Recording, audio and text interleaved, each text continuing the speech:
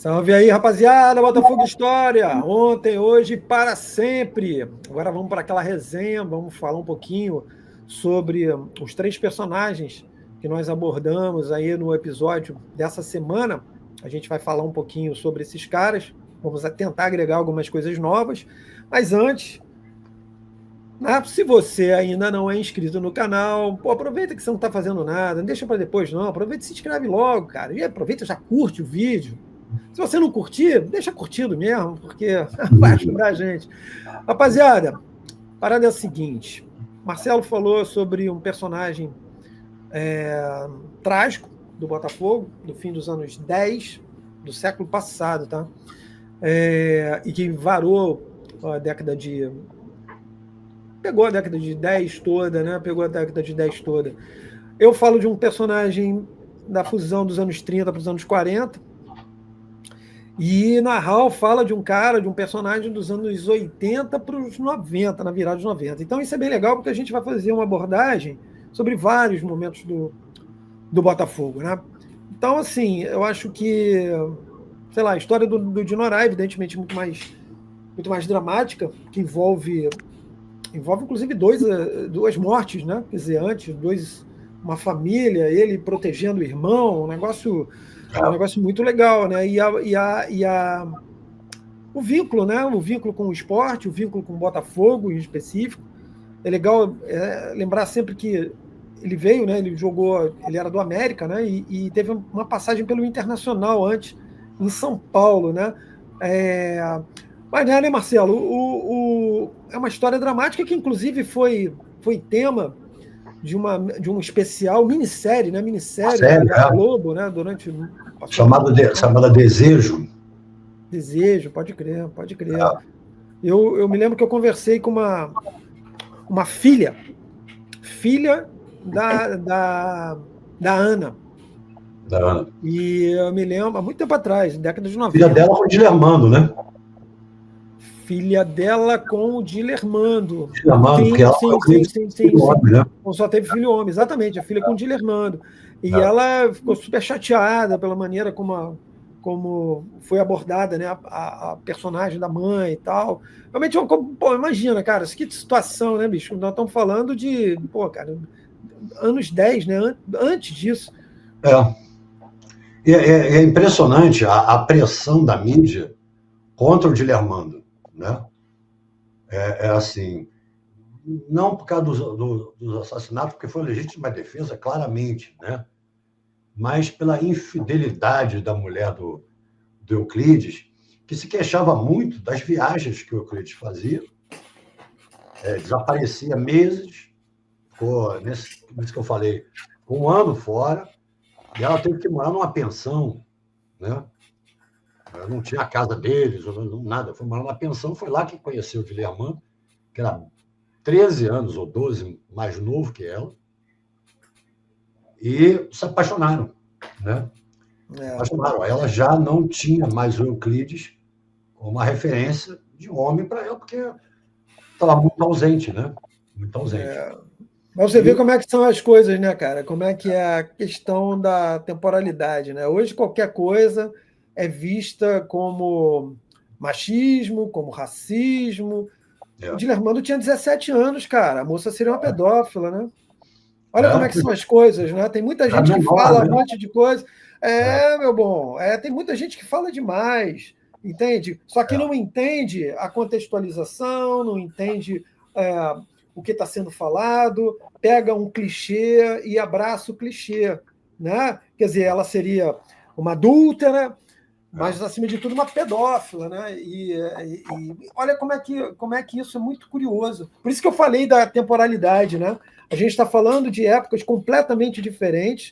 Sim. Hoje, por exemplo, você não pode... Você tem que... Pô, até se você espirrar estranho, pode complicar. Esse tipo de espirro, hein? Qual tipo de brincadeira que você faz que as pessoas... Tem gente que começa... Muito complicado, irmão. Muito complicado você viver assim, hein?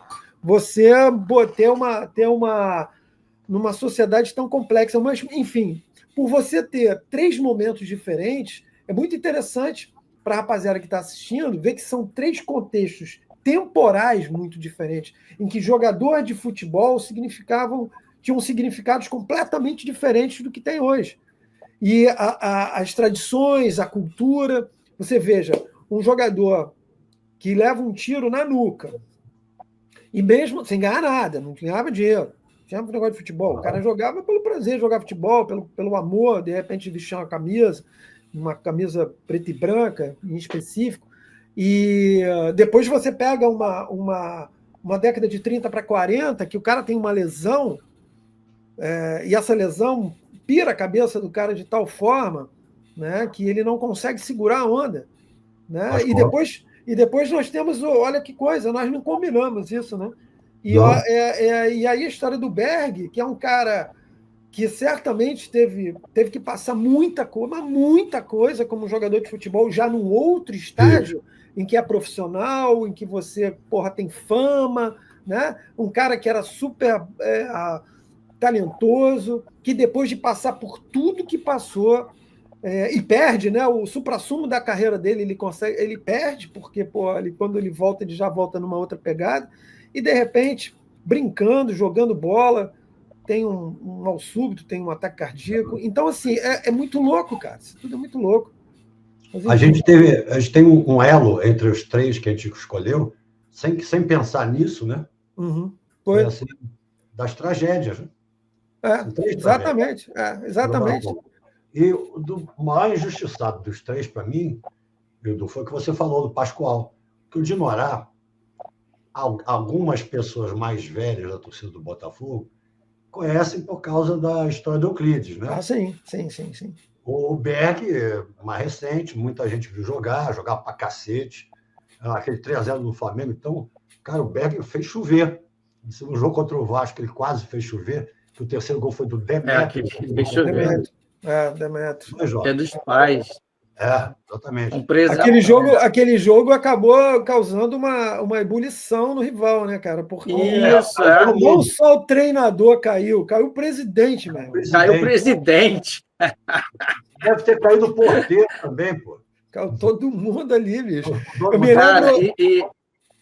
E não tem um flamenguista assim, mais novo que saiba disso, que vai saber disso, porque não vai encontrar isso em lugar nenhum, só a gente aqui, né, falando, né, que o Botafogo venceu o Flamengo por 3-0 e caiu, não foi técnico, caiu o presidente caiu. O técnico também, né, foi o caso Alberto Torres. Foi embora. Caiu. Caiu todo mundo. O técnico caiu primeiro, aí quando o técnico cai, segurou as calças do presidente, o presidente veio junto, veio todo mundo. O porteiro deve ter ido também, bem lembrado, que a gente não conseguiu. Eu acho que sim.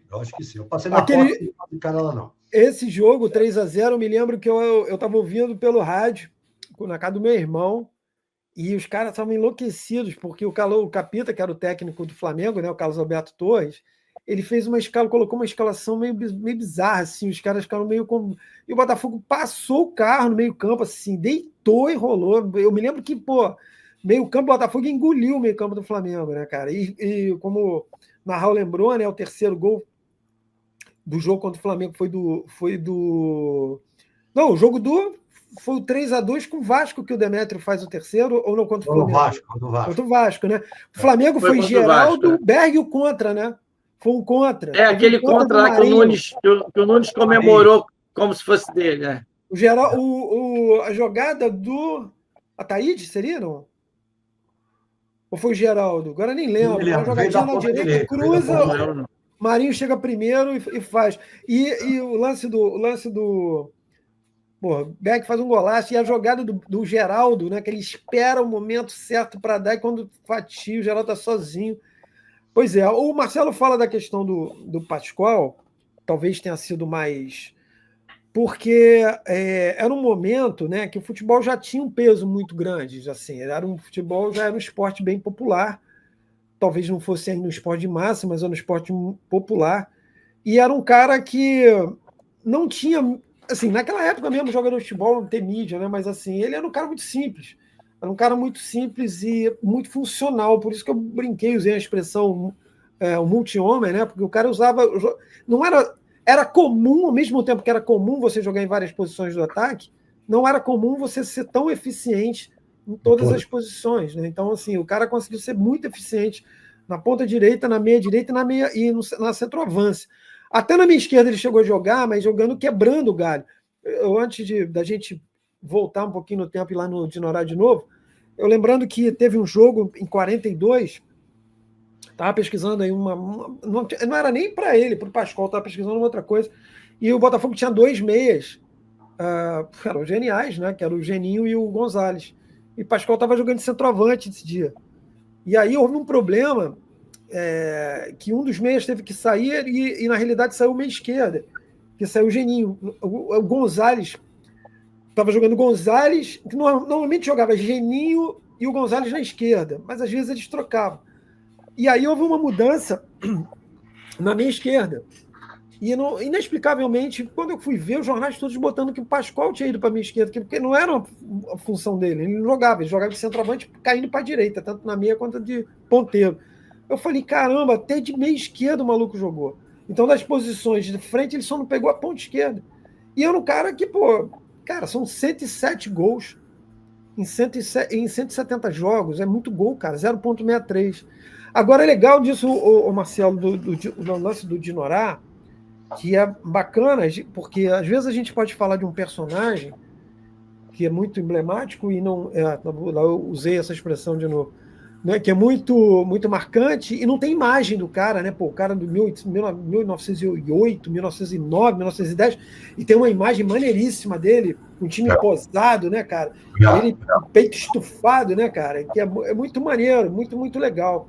É uma história muito bacana mesmo. Eu acho que desses, né? Eu acho que o Pascoal é o mais injustiçado, vamos dizer assim, por exemplo, é o que eu falei antes, o Dinorá, o Berg, as pessoas mais antigas do Botafogo, já ouviu falar. O Pascoal é um cara esquecido, né? Mas é o que você falou, acho que o Dinorá pela história do Euclides da Cunha, não o Dinorá jogador, entendeu? O jogador de futebol é o Dinorá. Né? Eu acho que talvez não tenha. Até porque naquela época também, né, cara? Era complexo você ter um reconhecimento, né, num esporte que era visto até meio olhado de forma. O cara olhava um torto, né, por futebol e tal. Mas era um cara que tinha uma história bem bacana pela formação militar, né, cara? Ele tinha uma. Era cadete também, não era ele? Era da Marinha. Da Marinha, né? O Dilermano também, né, da Marinha. E uma coisa, assim, né? O Dinorá ainda foi campeão em 1910, né? Sim. Foi campeão em 1910.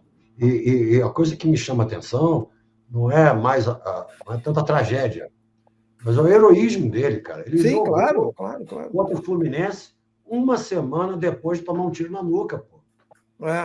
Não, bizarro. Continuou jogando. Bizarro. Sabe? Ele tentou, Cara, para mim um herói do Botafogo, entendeu? Hoje o cara sentou uma dorzinha na. Eu vou poupar ele. Mas a gente tomasse um tiro na nuca, pô. Não, pois e é gozado, quer dizer, gozado, né? Mas é curioso que também a gente fala de 3 jogadores que tiveram suas tragédias, né? Mas em momentos importantes, também lesões atrapalharam, porque o Berg. Aliás, lembrei de um negócio aqui. Eu vou citar um amigo meu, um colega de faculdade, que faz um trabalho genial, que é o Serginho Pugliese, do Museu da Pelada. Tanto citando o Berg quanto o Pascoal, tenho 2 referências para fazer no museu. Primeiro, uma matéria com o sobrinho neto do Pascoal, uma matéria muito maneira, em áudio e vídeo. E, inclusive, esse sobrinho neto, ele passou uma informação bem interessante lá atrás, né, que eu peguei essa informação há muito tempo atrás, sobre a altura, né, 1,64 m. Pela foto você vê que o cara era baixinho, mas você não tinha a referência dos outros. Então não adianta, pô, todo mundo era baixinho, então... E o cara passou essa referência de 1,64 m e o iniciozinho da carreira dele lá atrás, no Museu da Pelada, muito maneiro. E a outra referência aí sobre o Berg, e aí não tem a ver propriamente com o museu, mas tem a ver com um cara que é faz umas matérias lá, o menino. Vocês acreditam que... Isso eu li, tá? O cara colocou um cara colocou uma foto do Berg nesses grupos de Instagram e tal. E aí tem aqueles comentários, pô, Berg jogava e tal. Aí esse sujeito, que eu não vou dizer quem é, virou e falou assim, medíocre. Aí eu olhei, cara, eu não fico respondendo essas coisas, sabe? Eu não respondo, eu não perco meu tempo com isso mesmo, cara. Aí eu assim, medíocre. Será que esse cara sabe o que significa medíocre? Porque, pô, cara, do Berg. O Berg, pô, pra ele ser bola de prata. É que nem a gente falou do Perivaldo, né, Marcelo? A gente falou do Perivaldo. As pessoas duas bolas de prata. Duas, cara. O cara ganhou duas, meu irmão. Como é que é isso? Não gostar, o cara é esquisito. O maluco, cara, chegar à conclusão que o Berg era medíocre. O Berg era uma meia esquerda, de muito talento, franzino. Cara, que numa época que o futebol era mais pegado, muito mais pegado que hoje, menos pegado que na década de 40, certamente, e talvez muito menos pegado que na década em 1909, 1910, porque os caras não sabiam jogar bola direito, né? Então eles viam sair chutando tudo. Mas já na década de 40 sabiam jogar bola e iam na pancada mesmo. Mas o Berg pegou uma época, cara, que o futebol era muito duro. E ele era um cara franzino, bicho, magrinho. Baixinho, que não fugia do pau, ele ia para cima, e habilidoso. E, cara, e aí, como o Marcelo bem frisou, é interessante, a gente esse link acabou acontecendo de forma totalmente inadvertida, cara. A gente escolheu 3 jogadores. A única referência que eu fiz do Pascoal foi porque o Marcelo tinha citado o Dinorá no episódio anterior. Eu falei, pô, já falei tanto do Pascoal, acho que eu vou falar do Pascoal também. Mas não me liguei nessa parada dos dramas. E depois o Berg, que também tem um final bastante... Hoje, né, o Suprassumo é jogar na Europa, né? Hoje o Berg jogaria na Europa tranquilamente. O futebol dele, tranquilamente. Né? Ele estava naquele jogo contra o Napoli. Tem uma foto dele do lado do Maradona, né? Os times entrando, né? Botafogo e Napoli. O Botafogo desculpa, Alfa, termina. Não, pode falar. O Botafogo, a gente juntou 3 caras com 3 tragédias, já no Botafogo. Isso é muito comum no Botafogo, me parece. Ele falou do Perivaldo. O Perivaldo acabou morando na rua em Portugal, né? O Heleno, o Garrincha. Não, ele chegou a voltar para o Brasil. O Perivaldo chegou a voltar para o Brasil. Condições caríssimas, né? Sim. Voltar para o Brasil, perto de morrer. Muitos outros, cara. Perto de morrer, isso. Estava bem doente. Vocês estão falando, eu lembrei de um cara, já que nós entramos nessa, eu lembrei de uma história muito triste, de um goleiro, o Lugano, Héctor Juan Carlos Lugano. O Lugano, um goleiro argentino que veio para o Botafogo, ele tinha arrebentado no Bagé, e aí veio para o Botafogo em 55 e fez bons jogos, ótimos jogos, era um pouco irregular, mas fez jogos muito bons. Ficou no Botafogo até 56 e depois vai para o interior de São Paulo, aí joga uma porrada de time lá em São Paulo. E aí, cara, um dia eu vendo, pô, nada a ver, assim, já muitos anos depois, tipo década de 70, eu estava olhando o jogo. Eu não estava na década de 70, eu estava pesquisando a década de 70. E aí eu vi uma matéria do Antônio Maria, cara. Eu vi uma matéria do Antônio Maria falando sobre o Lugano. Cara, o Lugano, lembrando isso do Perivaldo e tal, o Lugano foi morar na rua também. E quando morreu indigente, cara. Os jogadores do Botafogo, e quem me falou isso foi o Otávio de Moraes, que o Otávio foi presidente, né, do sindicato dos jogadores, os caras se cotizaram para pagar o funeral do Lugano, cara. Olha que coisa bizarra, bicho. Paulinho Valentim, cara. Paulinho Valentim. Foi indo do Boca, cara. Morava embaixo da arquibancada do Boca, né? A gente é cheio dessas histórias. Perácio, tem vários. Tem muito jogador, né, cara? E aí as pessoas não se dão conta, né, de como o futebol... e por isso que é legal, eu acho que a gente traz algumas coisas aqui do canal interessantes, porque são épocas muito diferentes, a gente consegue dar uma passada aqui rapidamente sobre períodos muito diferentes e com visões muito diferentes. Por isso que eu quis dar essa sublinhada na questão, até envolvendo o Dilermando e tal, para ver como é que são as coisas, né? Imagina você ouvir uma história dessa, aí uma rapaziada aqui hoje já ia começar a culpar a mulher porque o garoto tinha 17 anos, pô, né?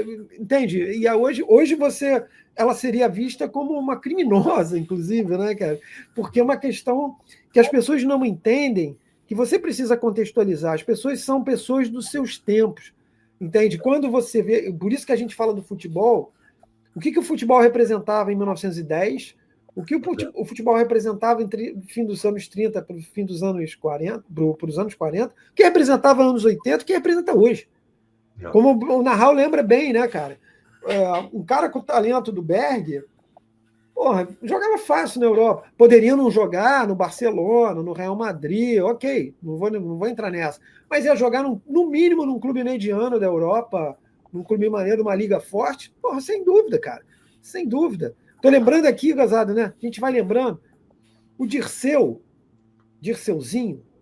eu acho que vocês devem saber disso.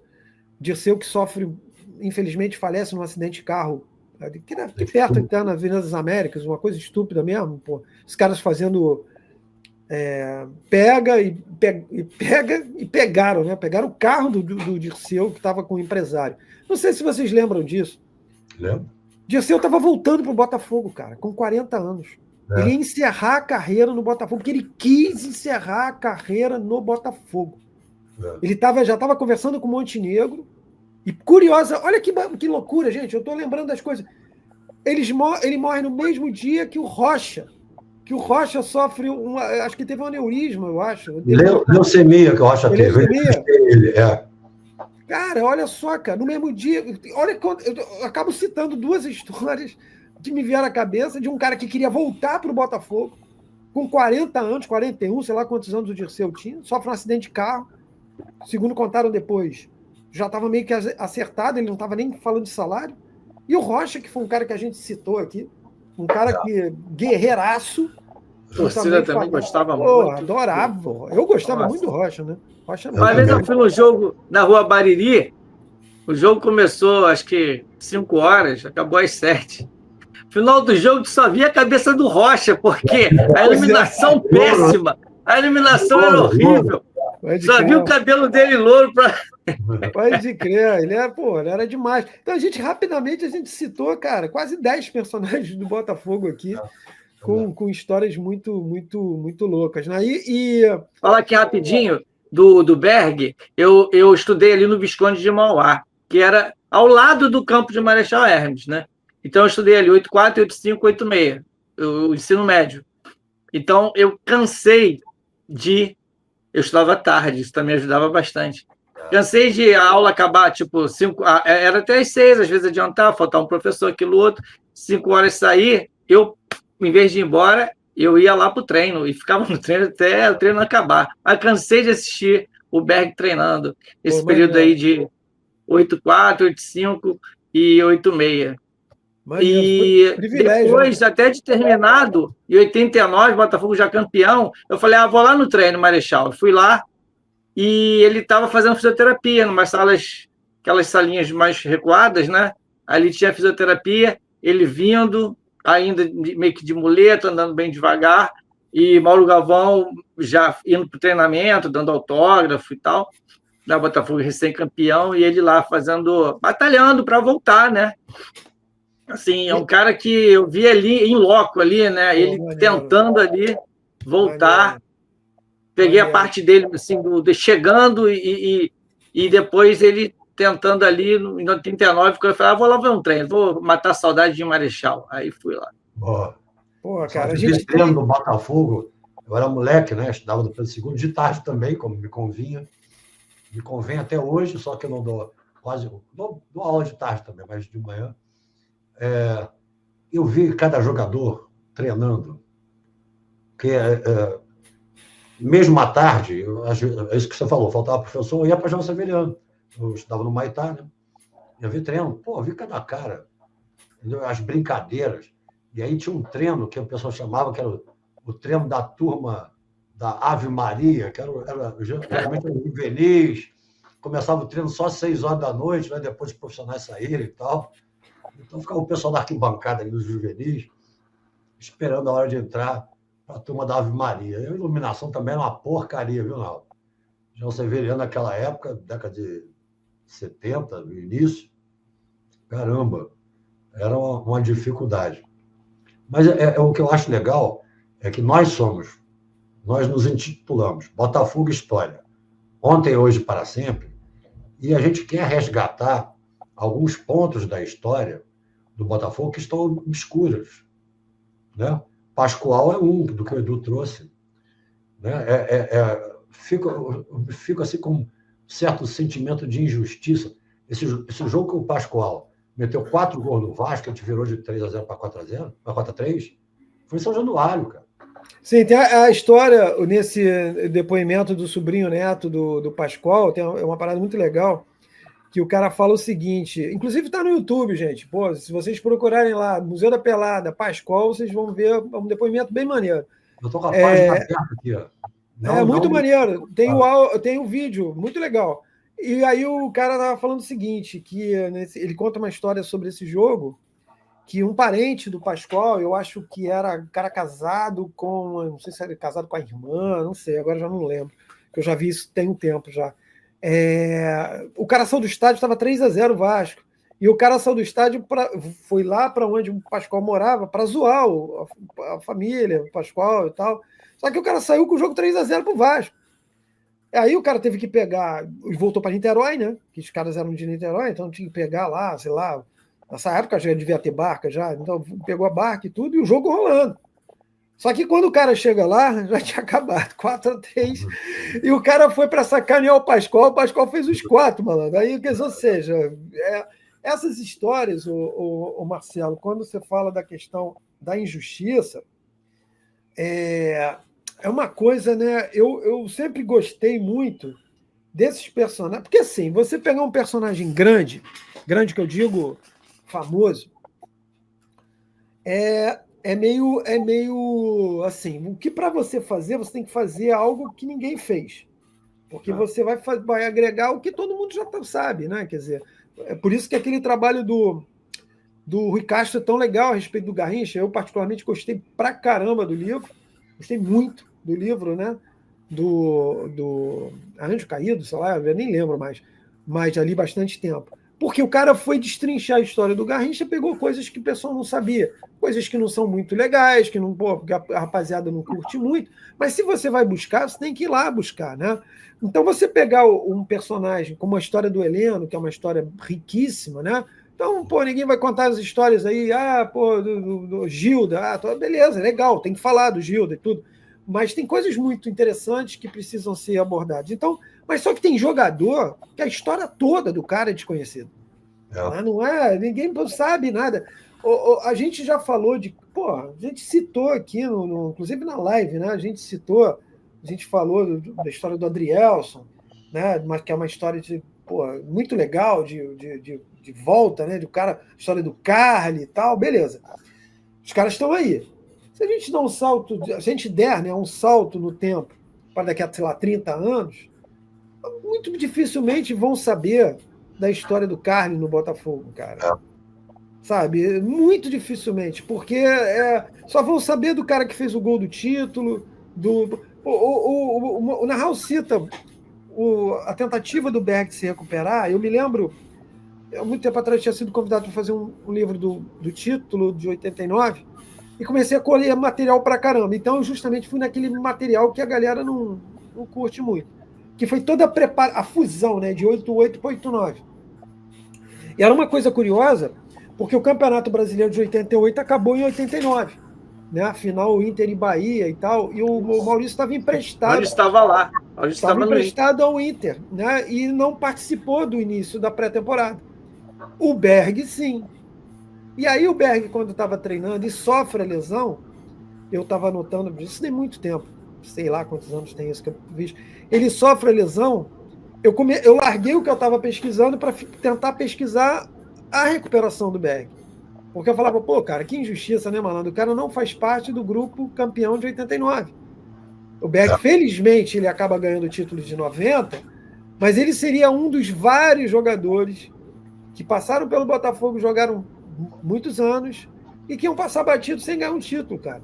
É. Entende? Porra, é sacanagem demais, né? Tem coisas que a gente. E às vezes a gente tem jogador que não.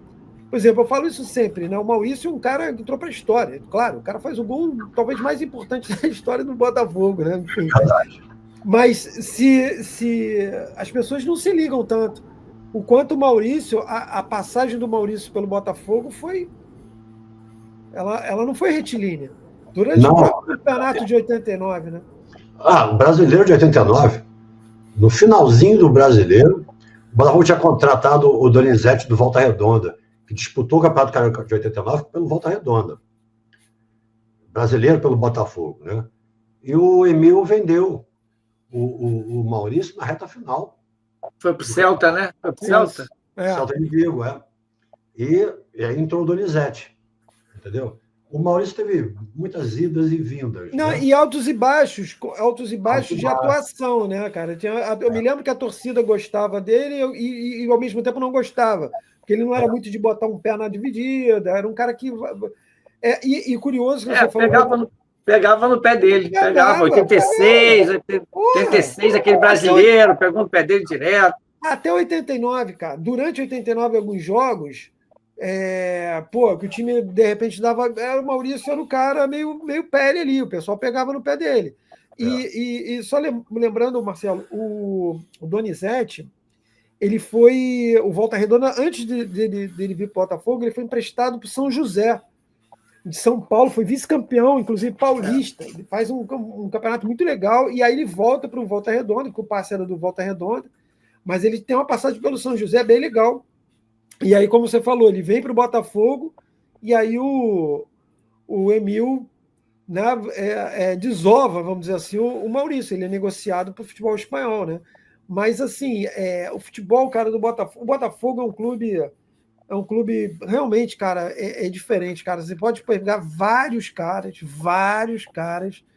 que, pô, cara, com histórias dramáticas, né? Eu já falei de um cara aqui que eu aponto já falei isso, 4 zagueiros que são top de linha do Botafogo na era do amadorismo, que são o Alemão, o Palamone, o Alfredo do Monte e o Osni Werner. Esses 4 caras são top de linha.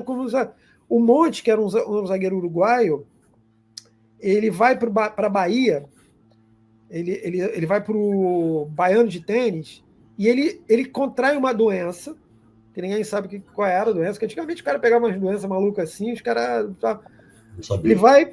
E ele morre, cara. Ele morre em 1922 ou 23.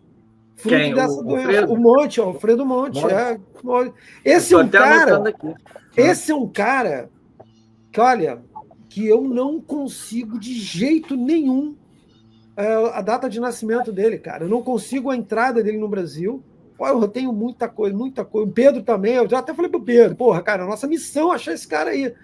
E nem a questão do falecimento, mas é um cara que já estava doente, jogando pelo Botafogo, e resolve ir.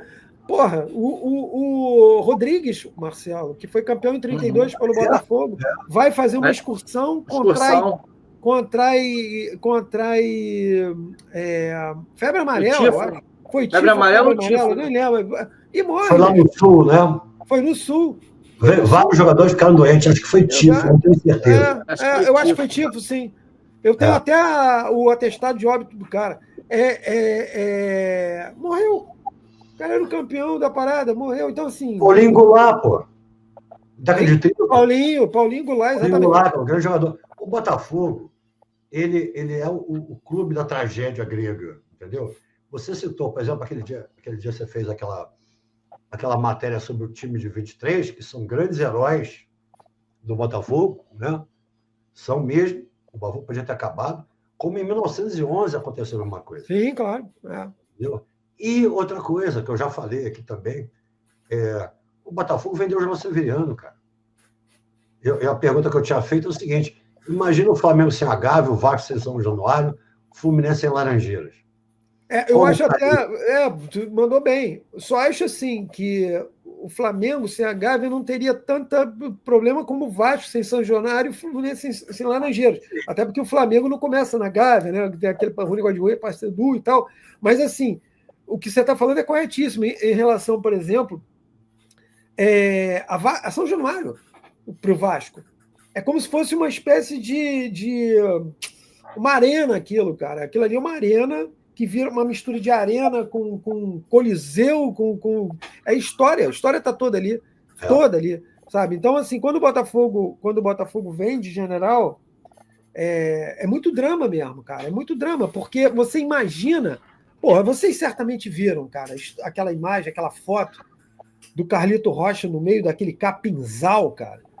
Porra, que coisa, aquilo ali, olha, é uma das imagens, para mim, mais emblemáticas, eu usando de novo essa expressão, mas é um emblema aquilo. Aquilo é muito forte, cara. Tu vê uma tristeza, nele ali. Porra, que isso. E ele é um cara que era a personificação do clube. Ele era o clube, bicho. Ele era o Botafogo. A gente lembra, então... Fala. Ele foi um dos 5 votos contra a Vila João Severiano. Eu não me lembro dos nomes dos outros 3, mas ele, Hans Grunfeld, que eu cheguei a conhecer lá no Botafogo, e ele falou assim, eu sou a voz do Botafogo que não quer sair de General Severiano, que é a sua história. As sedes que o Botafogo perdeu, cara. Sim. O Morisco era a sede do Regata, do CRB, né? A sede do Botafogo Futebol Clube, a social, né? Era em Copacabana, cara. Aquele quarteirão lá da ministra Viveiros de Castro, Princesa Isabel, ali era a sede do Botafogo. Eu até hoje não descobri ainda direito como o Botafogo perdeu aquela sede. Entendeu? Não sei se foi por causa da construção do túnel novo, né? Que chama de túnel novo, que é velho para burro. É possível, né? Pois é. O Morisco foi cortado ao meio. O Morisco Mário Pastel. O terreno, né? O terreno. Então, o Bavô tem essa atração pelo drama. Ou o drama tem atração pelo Botafogo, não sei. Na verdade. Essa frase, que tem coisas que só acontecem ao Botafogo, tanto a favor quanto contra, né? Ela tem tudo a ver com o Botafogo. Tudo, é verdade. Esses caras, esses personagens, uma coisa que eu sempre me toco, né, cara? Um jogo de futebol, ele pode ser... Cada jogo de futebol, ele pode ser histórico, é um jogo que pode acontecer tudo, e pode tornar um cara, em específico, um personagem histórico, eterno, né? Um jogo até que você, em tese, não é tão importante, mas o cara pode acontecer uma coisa tão louca, né? Que esse jogador específico, sei lá, o cara faz 18 gols no jogo e vai ser eternizado. Ou um goleiro mesmo, né? Se a gente fala aqui, Borrachinha, você vai lembrar de qual partida? Porra, exatamente, perfeito. Perfeito. Borrachinha, e o Borrachinha entra, e olha como é que são as coisas, né? E o Borrachinha entra, olha que loucura, bicho. O Borrachinha ali entra, ele faz esse jogo. Vamos lá, vamos fazer um exercício aqui. Ó. Por que o Borrachinha joga esse jogo? Porque estava todo mundo machucado. Ele era o quarto goleiro, né? Não, mas... vamos lá. Porque o Zé Carlos se ferrou todo. O Zé era o titular. Ele era o titular. Né? A questão toda era essa. Porque se Zé Carlos não sofre aquele acidente, que inclusive abrevia a carreira dele mesmo, porque o Zé era goleiro de seleção mesmo, top. Muito.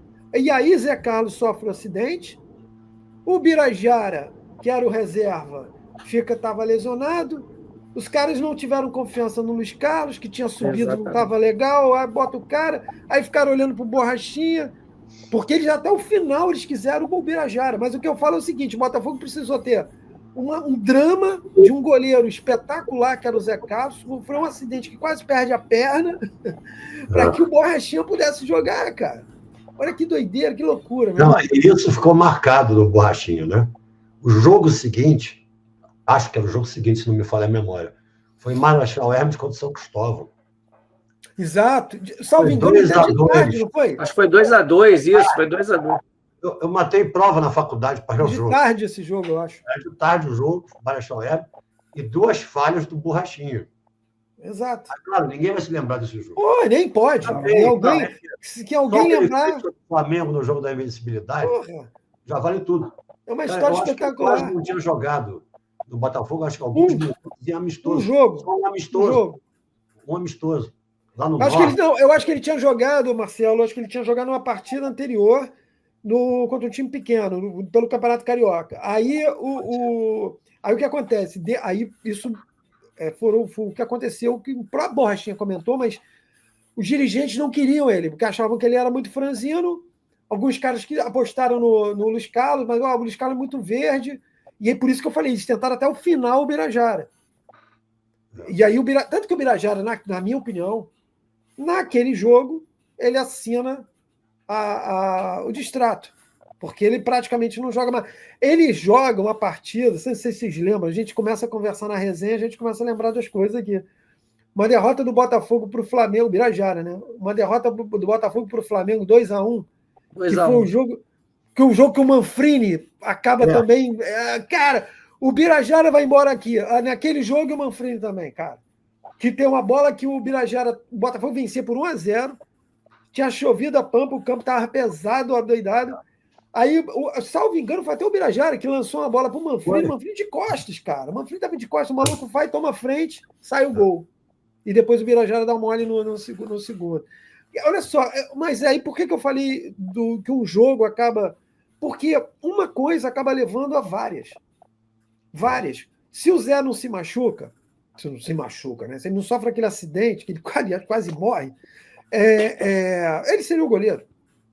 Ele seria o goleiro. O Zé Carlos se machucava, pô. O Zé Carlos era um goleiro de se machucar. Né? E o Borrachinha não viveria a história dele no Botafogo. Eu acho que ele jogou os 52 jogos da invencibilidade. Todos os 52 jogos. Ele é o único, é o recordista mundial. Ninguém fez isso. Eu me lembro de uma defesa do Zé Carlos contra o Corinthians, no meio da Copa do Mundo de 78. Chute do Rui Rei. Exatamente, cruzamento, acho que do Romeu para o Rui Rei. O Zé Carlos estava perto da primeira trave, a bola veio cruzada assim, não pelo alto, veio quicando, né? O Rui Rei toca no outro canto. Exato. Cara, ele dá um voo, ele não espalma. Ele dá um voo e grudou em a bola, cara. Era um goleiraço. Pô, quando ele vai, a gente acaba fazendo já spoiler do cara, também dane-se. É lógico que aí o pessoal começa a aumentar um pouquinho, né? No jogo contra o Flamengo, que é o surgimento do Zé Carlos, no jogo em 75, 2-2, muita gente fala que foi estreia. Não foi estreia. Ele tinha feito, acho que 1 ou 2 jogos antes. Mas ele entra numa roubada, porque estava chovendo a rodo e o Birajara se machuca. A Botafogo vencia o jogo, 2-1, puta, um frangaço do Cantarelli, tem esse gol no YouTube, cara. Chute do Marinho de falta, meu irmão. Cantarelli também era o seguinte, né? Calça de veludo, bunda de fora também, né? Nossa Senhora. Aí era brabo o negócio. Aí, cara, ele entra, acaba sofrendo um gol, indefensável, bola na cara.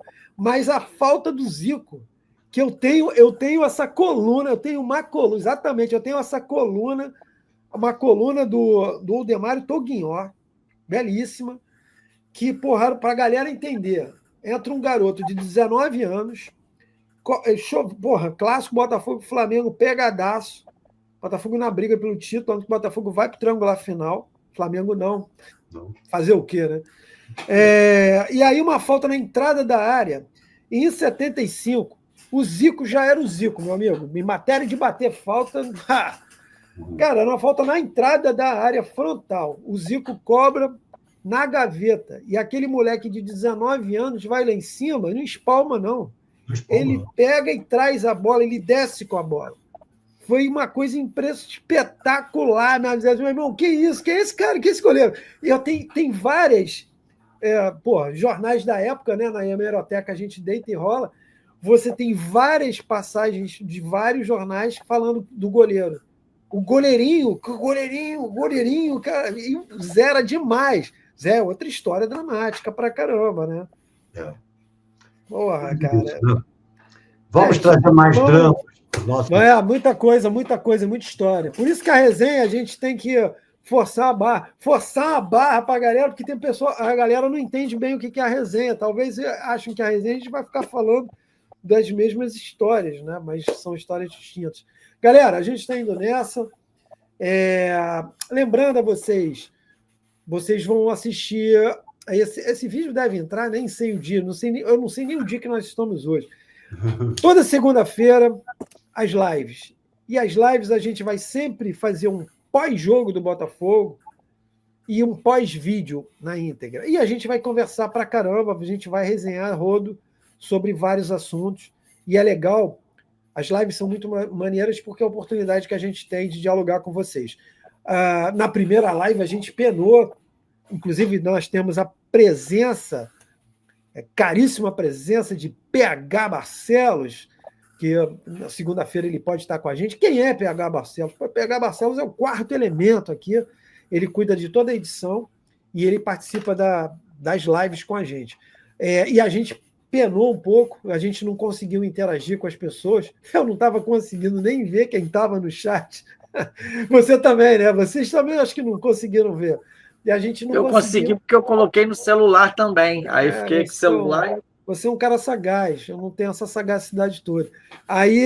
Mas a partir de agora a gente já pegou a manha, a gente vai conseguir interagir com vocês, responder, colocar os comentários. Galera, a gente está indo nessa.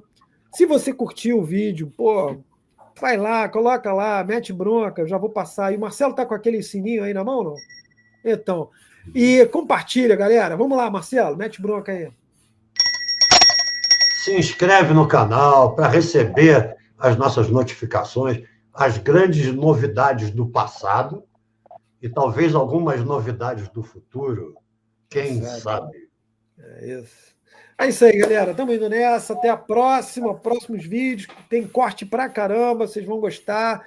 E já sabe, Botafogo História ontem, hoje, para sempre. Vamos fazer juntos essa trajetória. Valeu, galera. Abraço, beijo. Fiquem bem.